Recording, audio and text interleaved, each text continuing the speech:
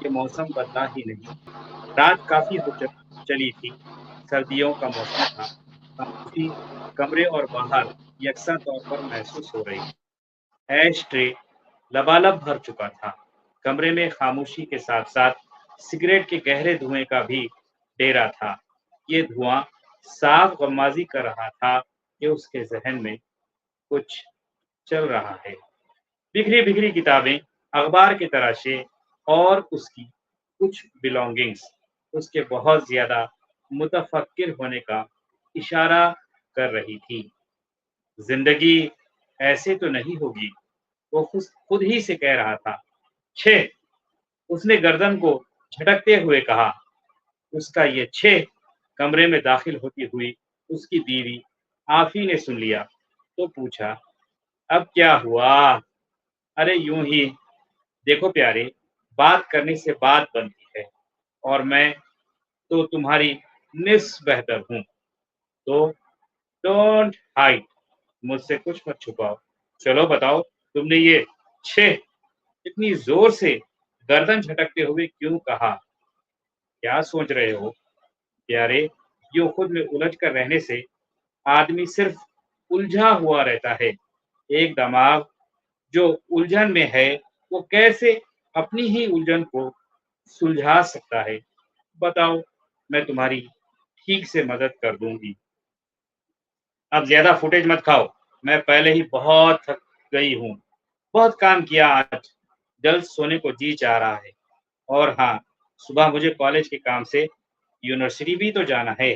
تو بتاؤ، یہ چھ کیا ہے اور کیوں رات میں آ گیا؟ مجھے نیند نہیں آئے گی بابا، پلیز بتاؤ۔ راہیں اگر قدموں میں الجھے تو منزل نہیں ملتی میری جان، تو پلیز بتاؤ کیا ہے یہ چھ؟ کچھ نہیں، اس نے کہا۔ اب تو جھوٹ بولنا بھی سیکھ گئے یا سیکھ رہے ہو؟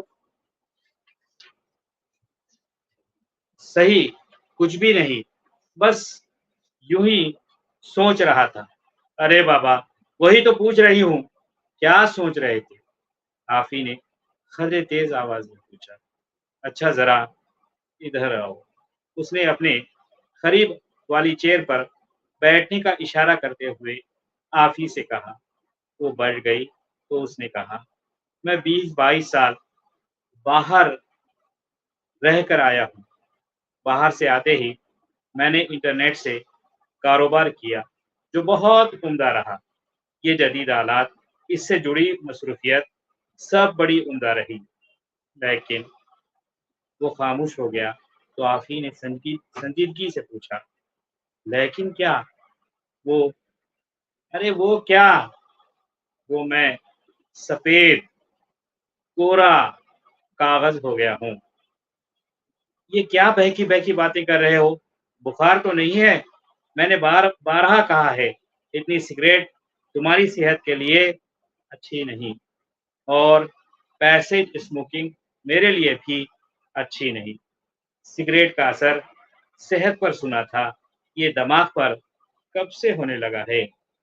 نہیں، سب کچھ ٹھیک ہے۔ کیا خاک ٹھیک ہے؟ رات دوسرے پہر کے درمیان میں ہے، اور تم؟ ہاں میں۔ کیا یار، پلیز بتاؤ۔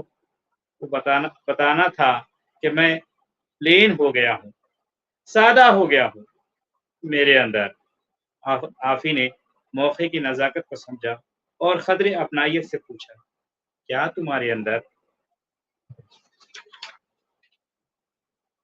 میرے سارے جذبات مر گئے ہیں۔ آفی نے تعجب سے اس کے چہرے کی طرف دیکھا۔ وہ کہہ رہا تھا، فیس بک اور واٹس ایپ جس طرح میسج کی اہمیت نہیں ہوتی، ویسے ہی میرے جذبات پر، مجھ پر کسی بھی بات کا کوئی اثر نہیں ہو رہا ہے۔ جس طرح میں فیس بک اور واٹس ایپ پر میسج پڑھ کر ڈیلیٹ کر دیتا ہوں یا فارورڈ کر دیتا ہوں، اپنی مصروفیت کی آڑ میں خوشی اور غمی میں شریک نہیں ہوتا، اسی طرح آج مجھ پر کسی بھی بات کا اثر نہیں ہو رہا ہے۔ میں اور میری ذات، اس کی کائنات